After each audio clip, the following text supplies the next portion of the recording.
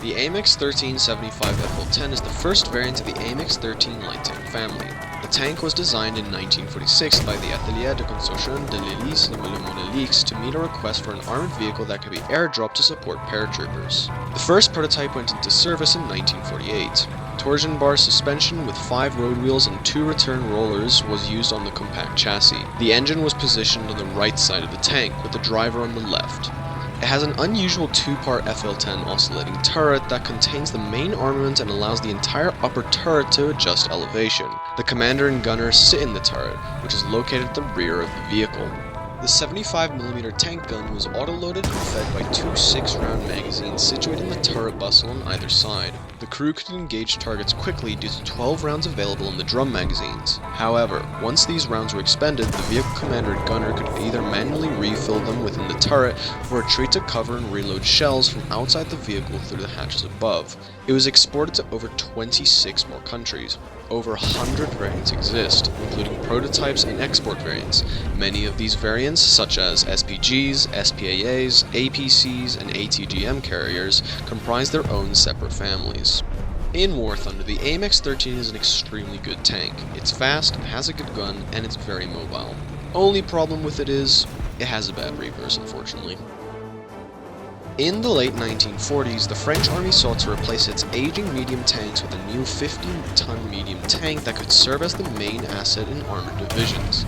The French company AMX initially proposed an under-armored version of the Tiger II tank with 30mm plates, but after feedback from the army, the armor was enhanced to 80mm in the front and 40mm on the side. Changes were made to reduce weight on other aspects of the tank, such as introducing a new oscillating turret and redesignating the suspension wheels. The first prototype, named M4, featured a 90mm S47 gun and was slightly over 50 tons. The second prototype with a 100mm gun led to the development of the AMX tank. In War Thunder, this is a very powerful tank too. It has an even better gun. It's slower in forward, but exchanges it for a good reverse. But it has the armor of a light tank, and the size of a heavy tank. I think you can see the problem here. The AMX-30 AuF1 Cannon Automated de 155 GCT is the first variant of the AMX-30 AuF1 self-propelled guns family. Although it's an entirely new family, it is closely related to the AMX-30 main battle tank family, particularly the AMX-30B and the AMX-30B2 variants. The vehicle was built on the AMX-30 main battle tank chassis to offer tactical artillery support to French units in the army, who designated the AMX-30 AuF1.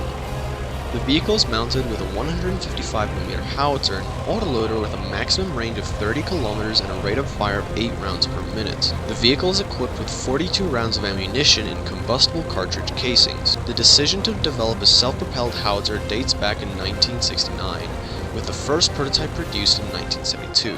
By 1979, 7 prototypes with 6 pre-series vehicles had been built, followed by the manufacture of 110 vehicles. The order was later raised to a total of 119 vehicles.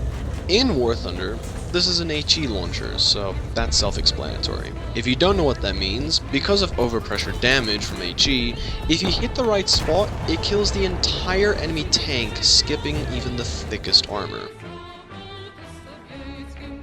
The Panhard Engine Blindé de Reconnaissance Model 1954 is the second variant of the Panhard E.B.R armored car family. The improved Panhard E.B.R Model 1954 was designed to enhance the firepower of the reconnaissance vehicle. Between 1954 and 1956, about 279 units were produced, equipped with the FL10A2C oscillating turret.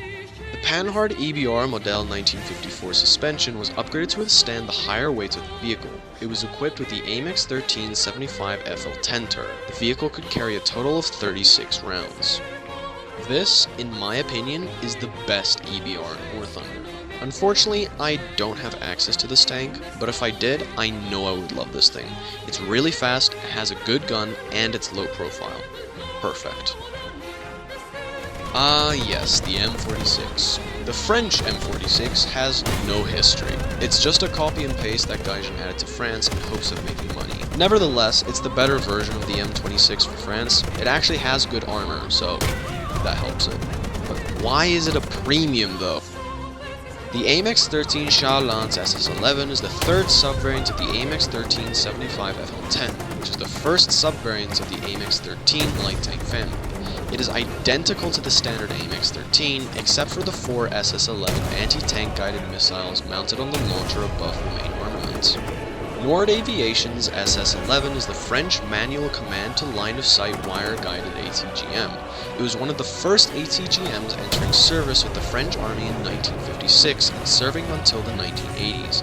It has also served with the foundation of the larger and more powerful SS.12 series. The missiles were manually guided by comparing the location of the target to flares on the back of the missile and adjusting its flight with a small joystick. Like the history said, it's literally an AMX-13, but with tow missiles attached to it. So just slightly better, and for once Gaijin didn't make it a higher BR just for that. This was my full review of the 7.0 lineup for France. Next, I'll be reviewing the 7.3 and 7.7 lineup in 2 separate parts. If you're interested, subscribe and keep a lookout.